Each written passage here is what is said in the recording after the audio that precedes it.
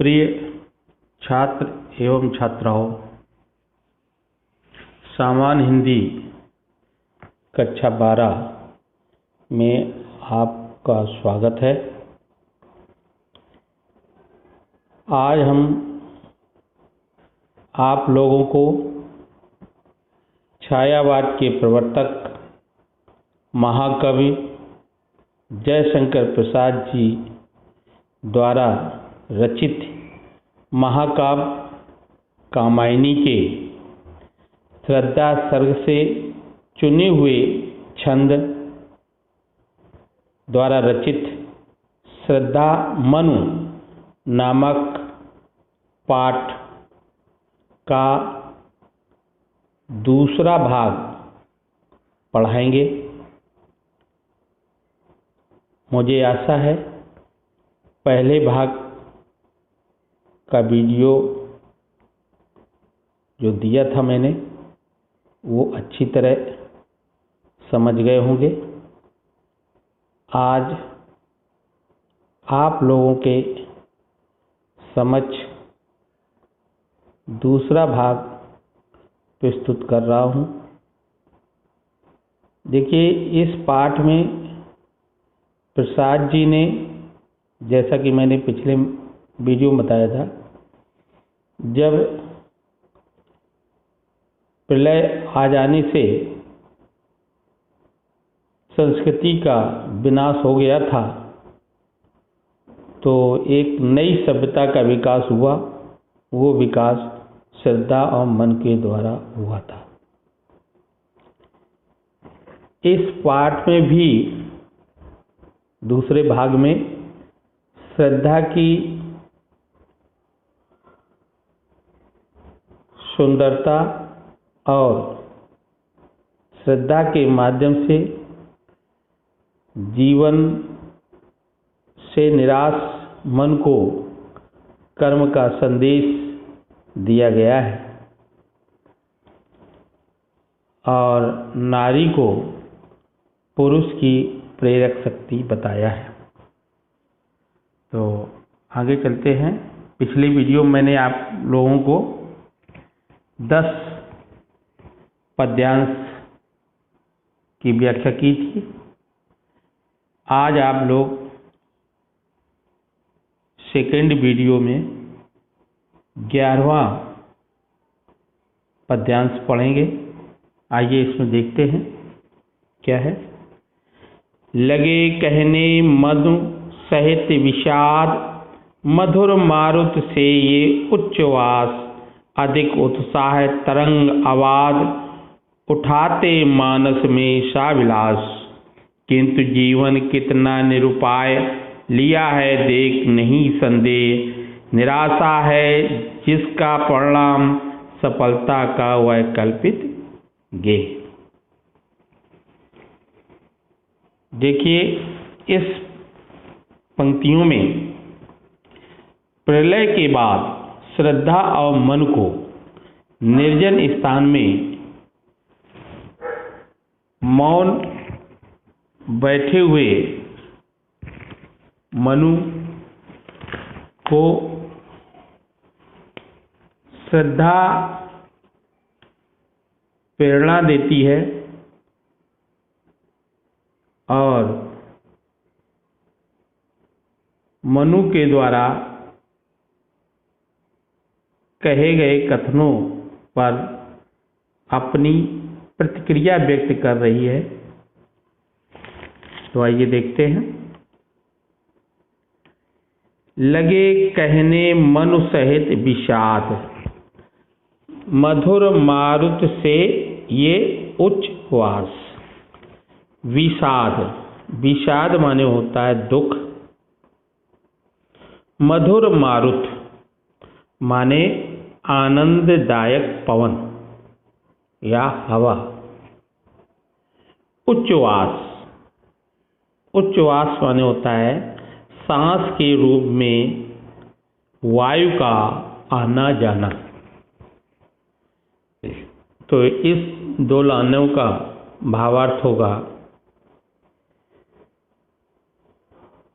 श्रद्धा की बातों को सुनकर मनु दुख भरे शब्दों को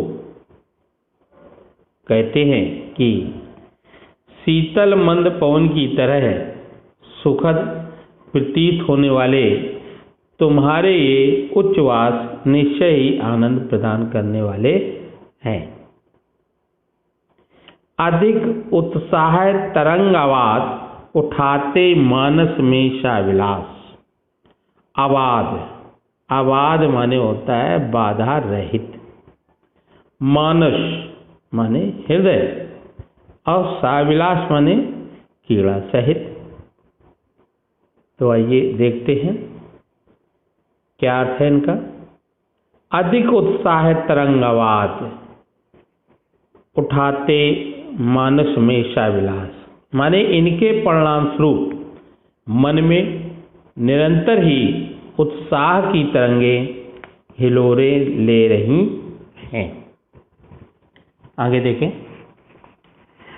किंतु जीवन कितना निरुपाय लिया है देख नहीं संदेह। किंतु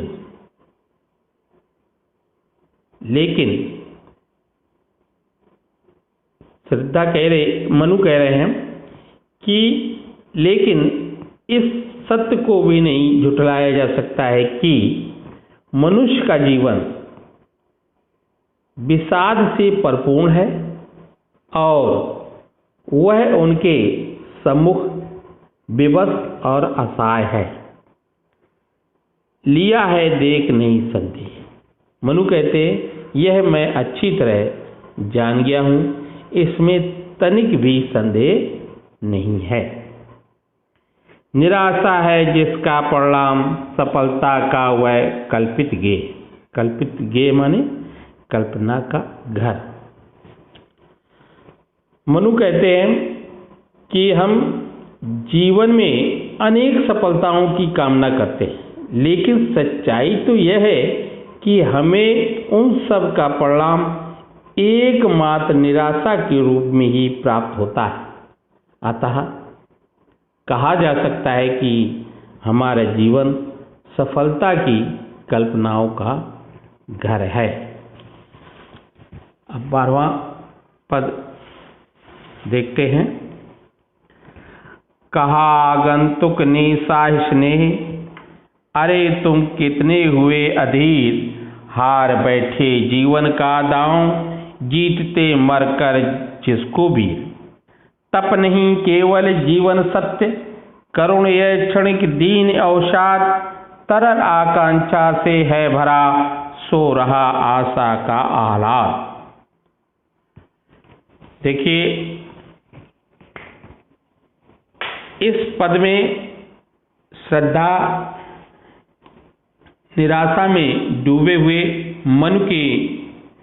मन में आशा, उत्साह और हर्ष का संचार करने का प्रयत्न करती है। तो देखते हैं क्या है। कहा आगंतुक ने सस्नेह, सस्नेह माने प्रेम रहित सहित, अरे तुम इतने हुए अधीर, माने मनु की बात सुनकर आगंतुक श्रद्धा ने प्रेम के साथ कहती है कि हे तपस्वी, तुमने धैर्य खो दिया है, अब तुम में उस सफलता को पाने की तीव्र उत्कंठा शेष नहीं है। अरे तुम इतने हुए अधीर, हार बैठे जीवन का दांव, माने जिसे वीर पुरुष अथक परिश्रम के बल पर प्राप्त करते हैं, क्योंकि साहसी और कर्मवीर बनने की जगह तुम निराशा और हतोत्साहित हो गए हो। आगे चलिए। तप नहीं केवल जीवन सत्य, करुण यह क्षणिक दीन अवसाद, तरल आकांक्षा से भरा, सो रहा आशा का आह्लाद।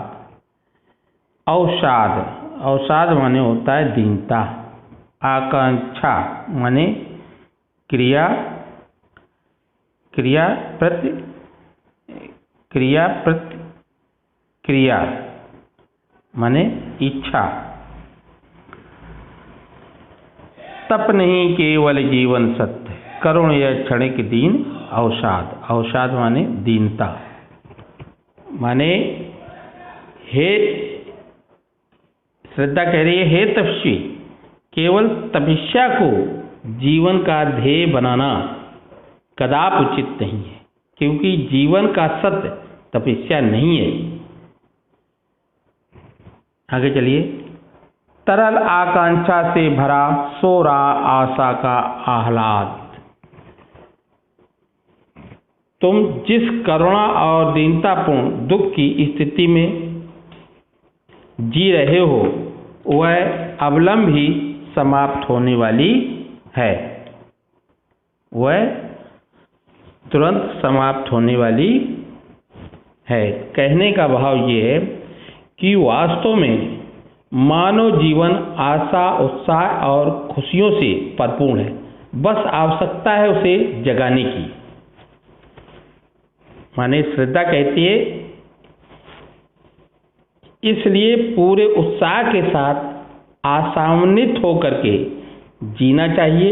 निराशा का दामन हमेशा के लिए छोड़ देना चाहिए। अब देखते हैं 13वां पद है। 13वें पद में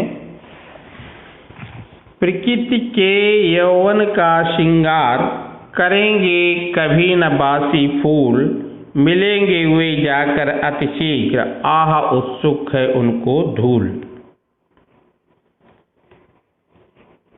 इस पंक्तियों के माध्यम से श्रद्धा ने बासी फूल का उदाहरण देकर मनु के निराश मन में उत्साह भरने का प्रयास किया है। प्रकृति के वन का श्रृंगार करेंगे न कभी न बासी फूल। बासी फूल माने जो ताजा ना हो, है ना।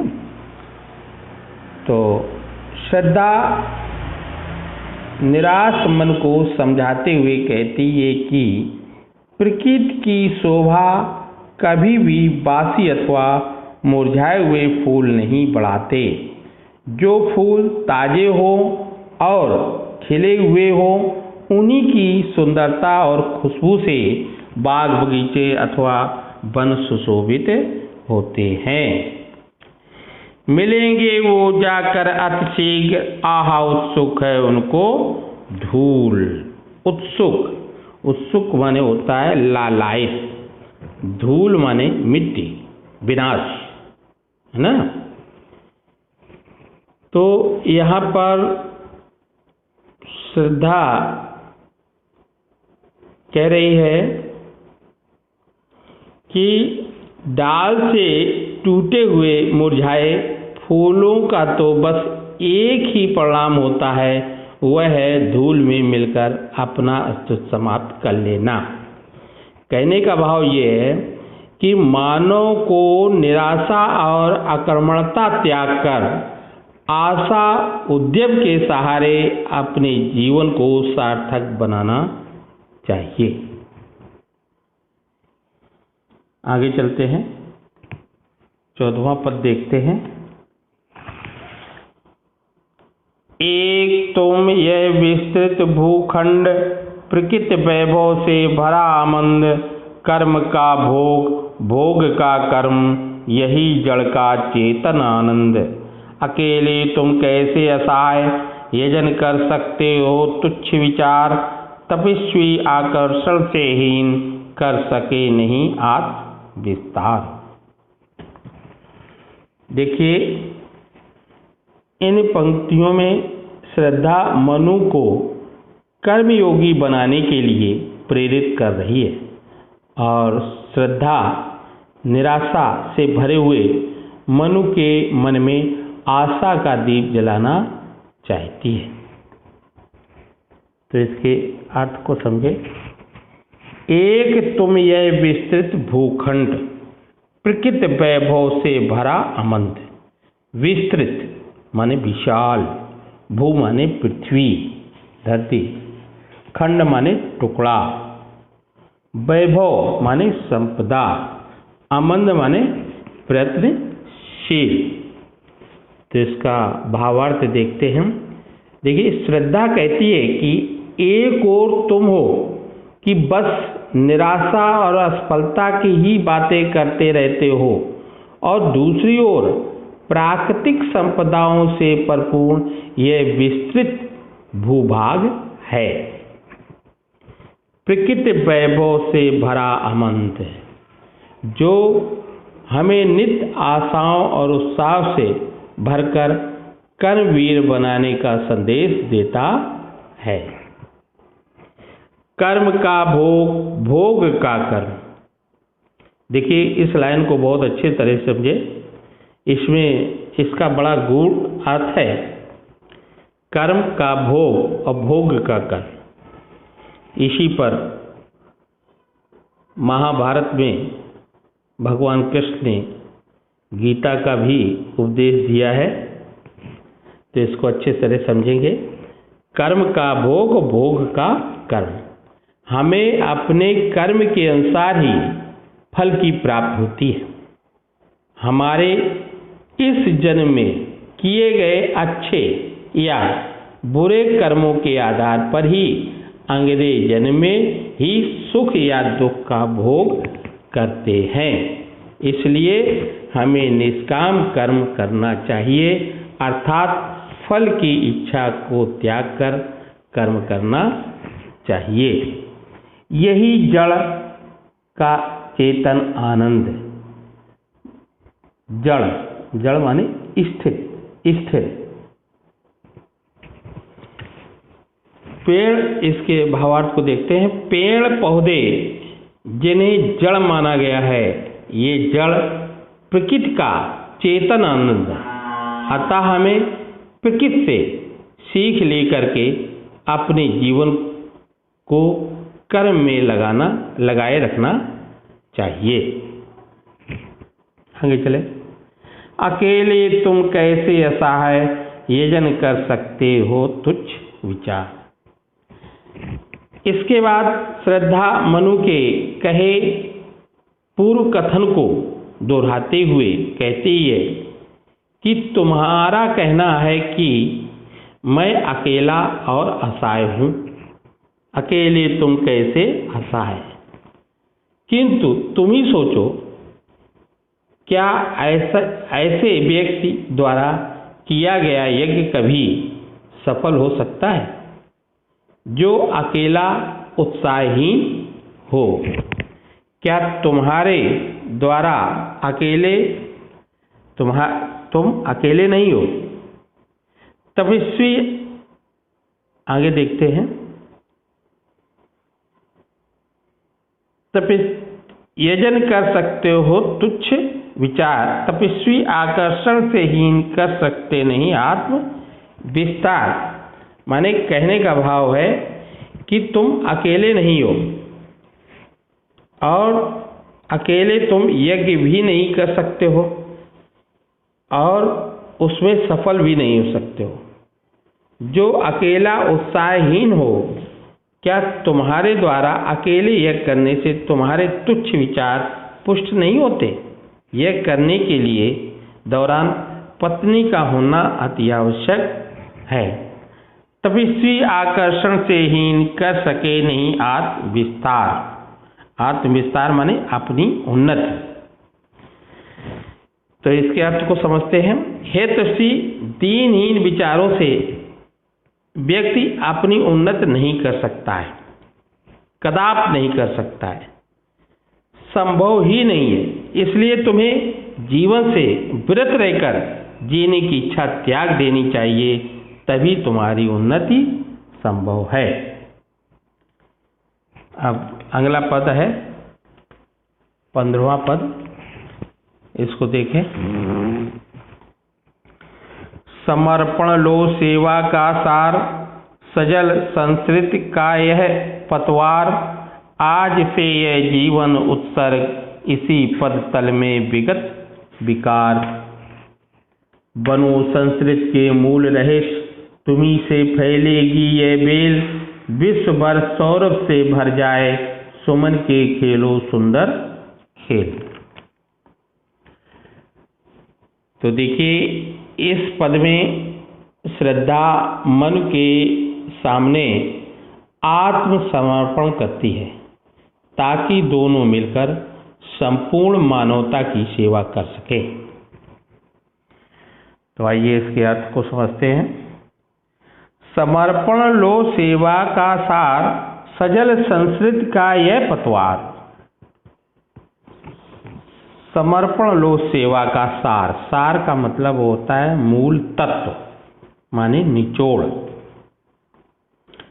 सजल संस्कृत माने जल युक्त सृष्टि, माने जलमग्न। ये धरती जो है जलमग्न है। पतवार, पतवार माने होता है नाव खेने वाला डंडा। अब इसके भावार्थ को देखते हैं।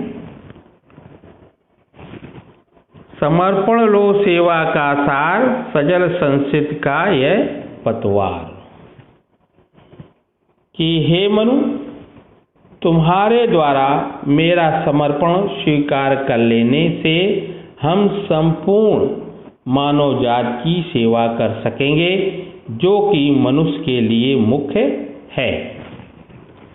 सजल संस्कृत का यह पतवार।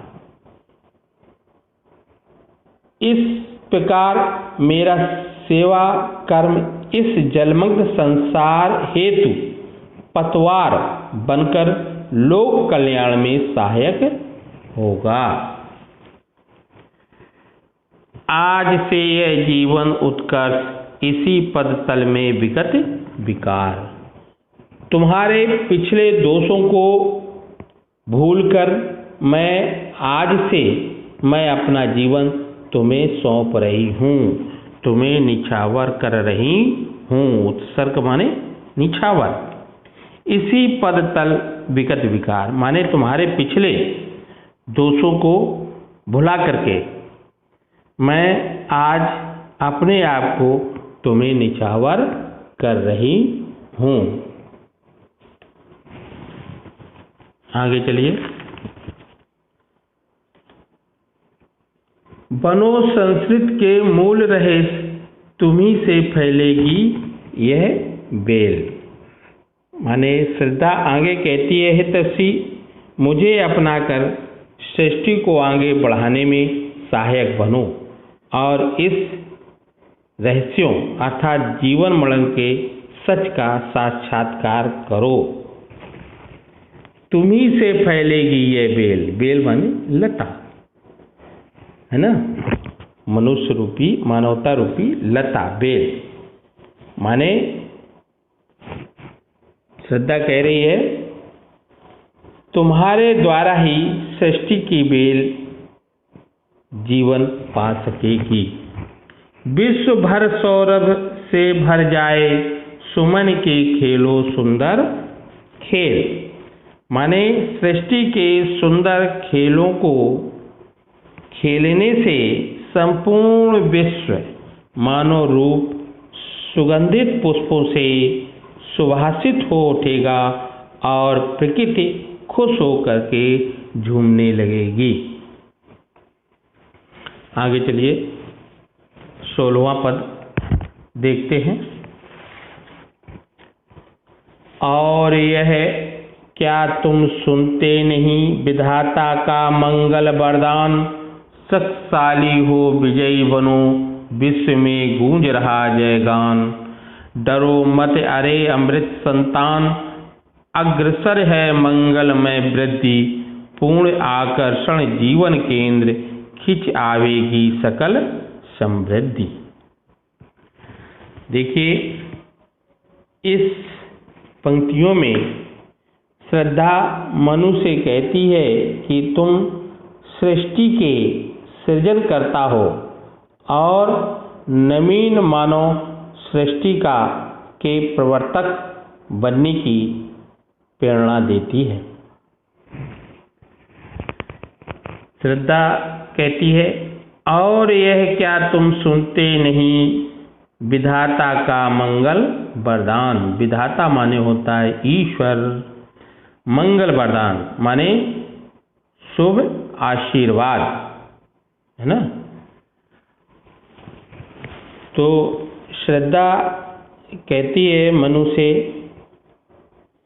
तुमने इस संसार की रचना करने वाले विधाता का कल्याणकारी वरदान नहीं सुना, जिसमें उन्होंने कहा है कि शक्तिशाली हो विजयी बनो, विश्व में गूंज रहा जयगान। कि शक्तिशाली बन करके विजय प्राप्त करो। आज संपूर्ण विश्व में जितने जीव हैं उनमें मानव की ही जयकार हो रही है। आगे देखते हैं, डरो मत अरे अमृत संतान, अग्रसर है मंगल में वृद्धि। अग्रसर माने आगे की ओर, अमृत संतान माने अमर पुत्र देवतुल्य, और मंगल में वृद्धि। मंगल में वृद्धि माने कल्याणकारी उन्नति। तो इन दो लाइनों का भावार्थ देखते हैं। आगे श्रद्धा कहती है कि हे द्वैपुत्र मनु, तुम इस नवीन सृष्टि का विकास करने के लिए तैयार हो जाओ, क्योंकि कल्याणकारी उन्नति तुम्हारे सम्मुख है। आगे चले, पूर्ण आकर्षण जीवन केंद्र, खिंची आवेगी सकल समृद्धि।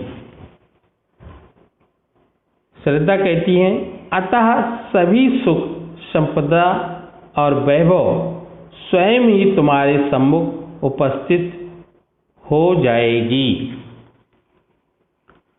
आगे चलिए 17वां पद देखते हैं। विधाता की कल्याणी सृष्टि सफल हो इस भूतल पर पूर्ण, पटे सागर बिखरे ग्रहपुंज और ज्वालामुखियां हो चूर्ण। उन्हें चिनगारी सदर्श कुचलती रहे खड़ी सानंद, आज से मानवता की कीर्ति अनिल भूजल में रहे न बंद। देखिए इन पंक्तियों में श्रद्धा मनु को विश्वास दिलाती है कि हम दोनों के प्रयास से संपूर्ण जगत में अर्थात सभी दिशाओं में मानवता की कीर्ति फैल जाएगी। तो आइए इन दो लाइनों का अर्थ देखते हैं।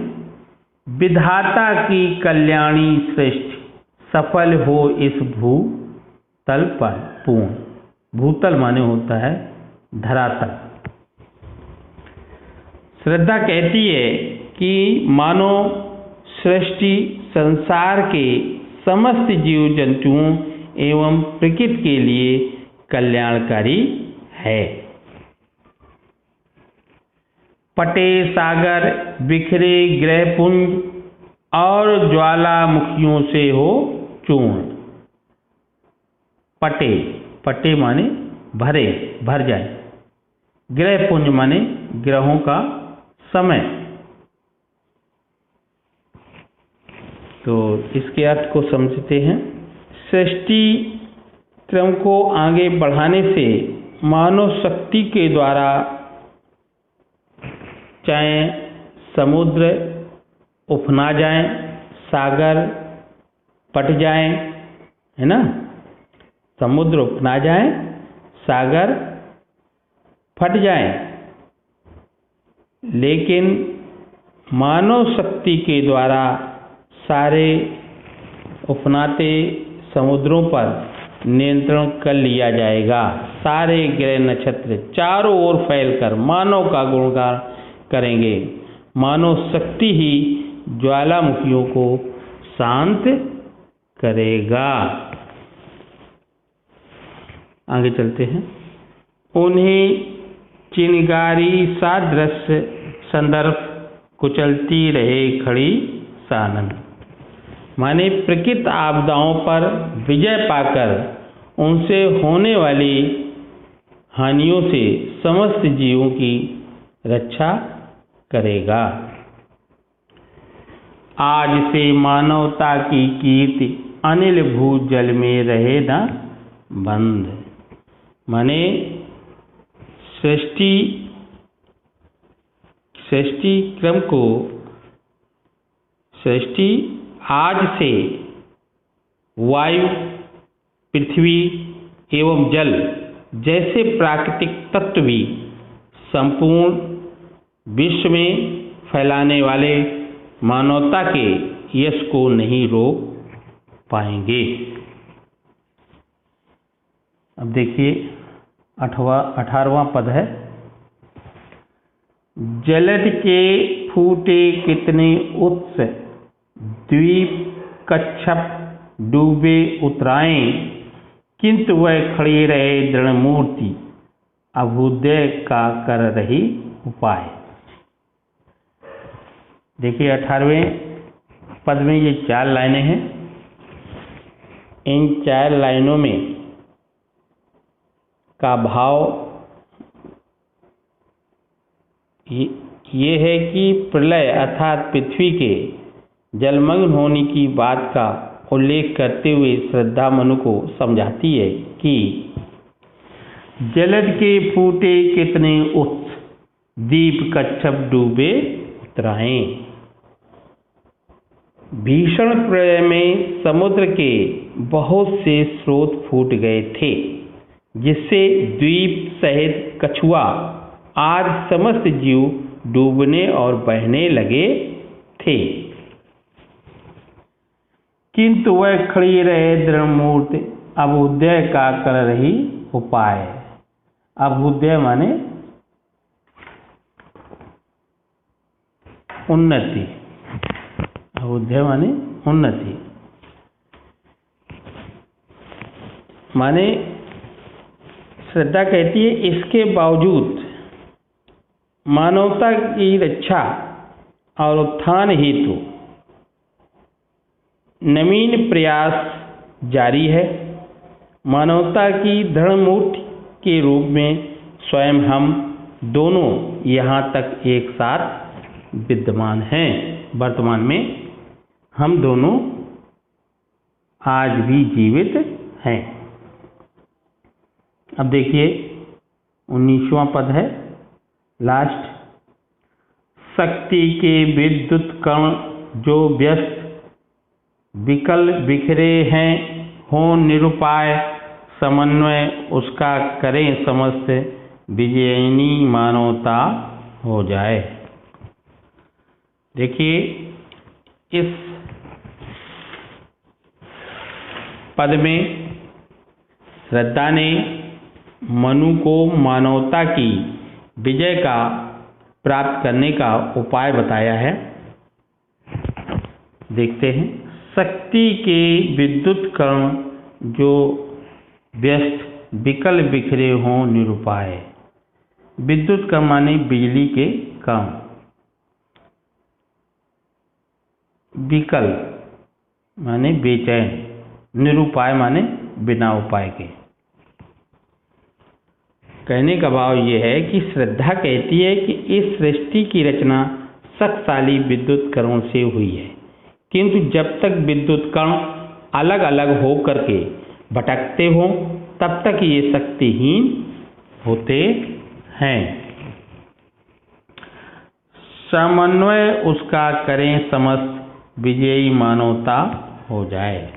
और जब ये परस्पर मिल जाते हैं तब इनमें अपार शक्ति का स्रोत प्रस्फुटित होता है। कहने का भाव यह है कि ठीक उसी प्रकार जब तक मानव अपनी शक्ति को संचित न करके उसे बिखेरता रहता है तब तक वह शक्तिशालीहीन बना रहता है, और जब वह शक्ति को एक साथ कर लेता है तो वह विश्व को जीत लेने की अपार शक्ति प्राप्त कर लेता है। इस प्रकार से ये श्रद्धा और मनु नामक पाठ की व्याख्या समाप्त हुई। आशा करता हूँ कि श्रद्धा मनु नामक पाठ का दूसरा भाग की व्याख्या आप लोगों को बहुत अच्छे से समझ में आएगी। आगे हम अगला पाठ का वीडियो आप लोगों को देंगे। तब तक के लिए धन्यवाद।